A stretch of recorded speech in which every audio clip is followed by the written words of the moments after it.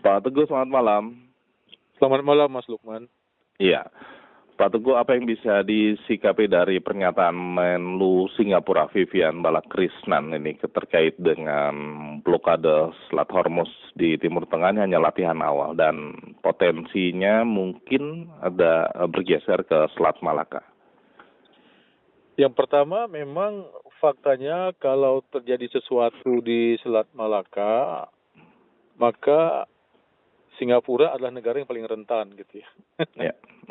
Jadi itu barangkali refleksi dari hal yang pertama tadi itu. Yang kedua, memang lebih besar pergerakan kapal, barang, energi ya, Ya.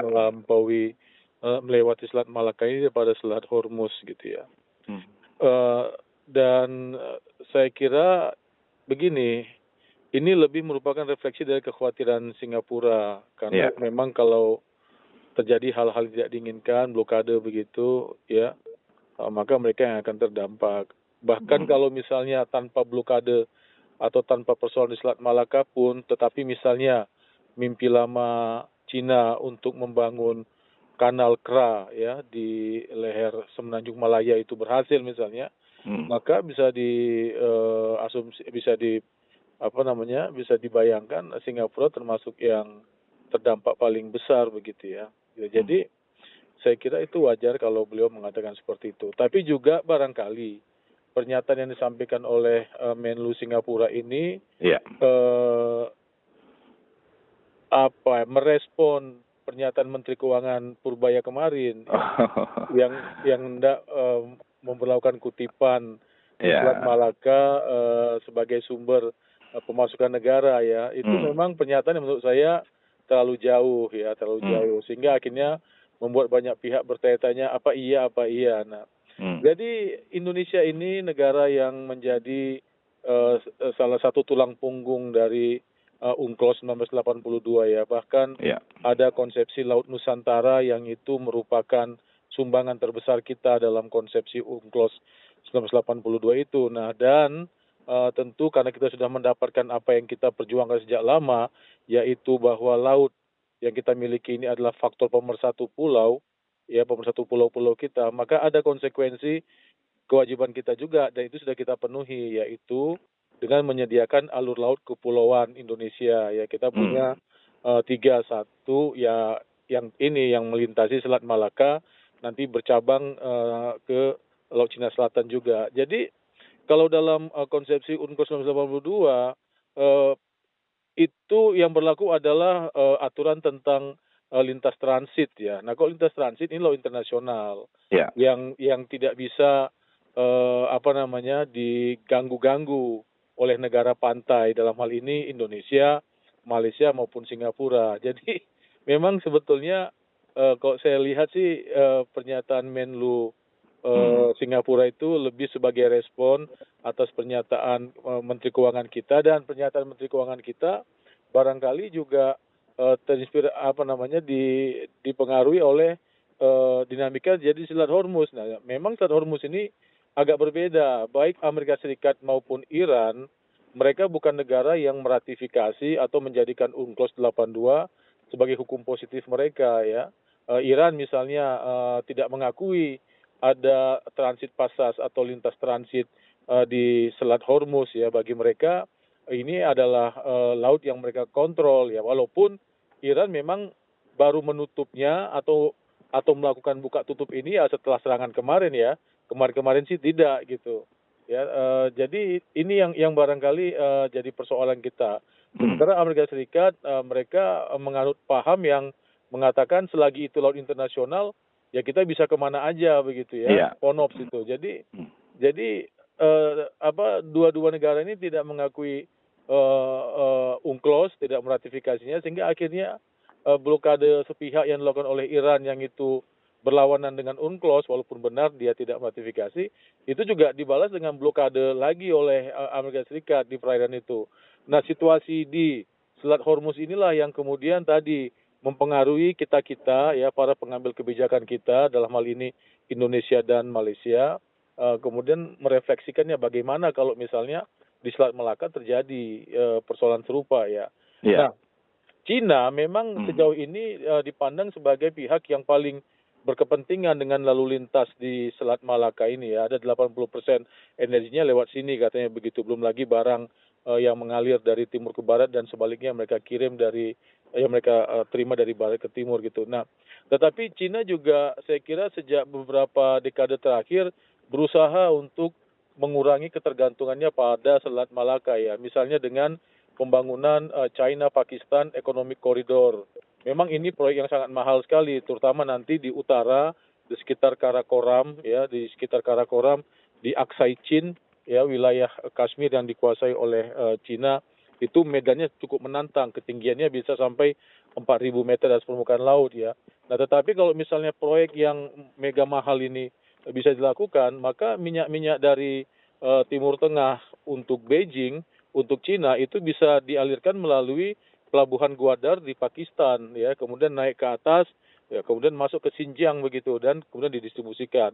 Itu satu dan sedang mereka kerjakan gitu. Nah, satu lagi ada yang mereka sedang kerjakan juga di Myanmar ya. Ini juga dalam rangka untuk mengurangi ketergantungan terhadap Malaka plus untuk mempercepat distribusi energi minyak fosil ya, fosil oil ini gitu ya.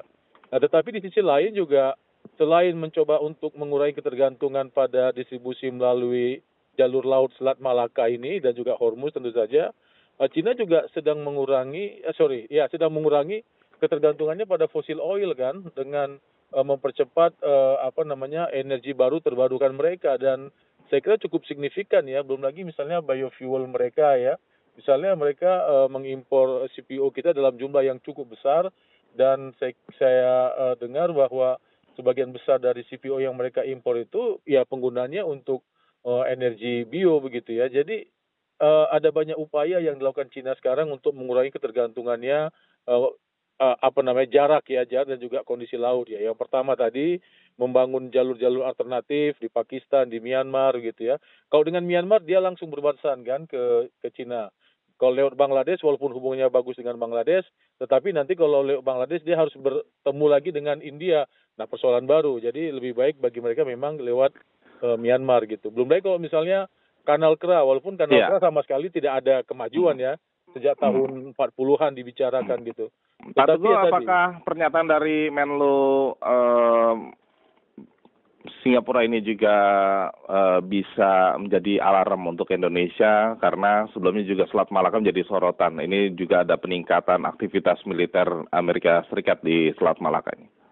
Kalau soal aktivitas militer Amerika Serikat ya tadi mereka menganut paham FONOP ya. Jadi itu sangat bisa dipahami dan kita kan juga mendapatkan keuntungan juga dari kemitraan kita dengan negara-negara mitra kita ini ya. Latihan militer itu kan penting. Latihan militer ini bukan cuma untuk memitigasi konflik di masa depan, tetapi juga ya tadi untuk buka hotline dan seterusnya. Jadi saya kira itu nggak masalah pergerakan tentara-tentara itu. Cuma memang kita semua ini sekarang pikiran kita ini sedang dipengaruhi pada situasi di di Selat Hormuz dan sekitarnya di Timur Tengah itu. Sehingga kita menduga-duga. Kita punya banyak pintu masuk ya, kita menyediakan banyak pintu masuk. Orang tidak bisa lewat Selat Malaka, dia bisa mutar memang jadi jauh dan jadi mahal ya. Misalnya lewat pintu Alki 1 yang di bawah yang di Selat Sunda atau misalnya di Selat Lombok ya. Dan memang kalau Selat Malaka ini tidak semua kapal itu bisa lewat juga ya, karena Malaka ini sempit sekali dia, kemudian dangkal. Nah, jadi kalau kapal-kapal bertonase besar itu mereka umumnya lewat dari pesisir barat Pulau Sumatera, laut dalam gitu ya. Kemudian nanti mereka turun sampai ke arah Selat Sunda, bahkan nggak masuk juga ke atas itu kalau kapalnya terlalu besar. Dia akan terus mungkin nanti akan lewat Selat Lombok ya, karena Lombok ya antara Kalimantan dan Sulawesi itu lautnya kan dalam. Baru kemudian palungnya dalam ya, dia bisa lewat ke atas ke utara begitu ya, atau lewat yang Alki 3 setelah Pulau Timur ya, NTT gitu ya, ada 3 cabang di sana, 3 pintu masuk, juga nanti tujuannya adalah ke utara. Jadi saya kira untuk Indonesia situasinya tidak terlalu mengkhawatirkan ya, tidak terlalu mengkhawatirkan. Karena kita punya ASEAN dan ASEAN pasti ingin menjaga supaya kita ini terbuka bagi negara manapun, kita tidak berpihak. Kalau soal kedekatan kita dengan Cina, tahun 2003-2004 ASEAN ini sudah punya kemitraan dengan Cina, namanya ASEAN China Free Trade Agreement, CAFTA gitu. Jadi bukan hal yang baru sebetulnya. Kemudian beberapa negara ASEAN dengan Amerika Serikat juga semakin signifikan kemitraannya. Jadi ini hal-hal yang sebetulnya biasa-biasa saja, tapi kadang-kadang narasi ini bisa membuat kita berpikir seolah-olah perang itu datang ke halaman rumah kita. Kita harus bersiap-siap, itu benar. Kita harus siap sedia, itu benar. Tetapi kita mesti paham mana yang paling mungkin terjadi dan mana yang kemungkinannya kecil lah. Ya, baik. Pak Teguh Santoso, terima kasih banyak waktunya untuk RRI Pro 3 malam hari ini. Sehat dan sukses selalu ya, Pak Teguh. Selamat malam. Terima kasih, Pak Kuman. Direktur Geopolitik Grid Institute, Teguh Santoso kami.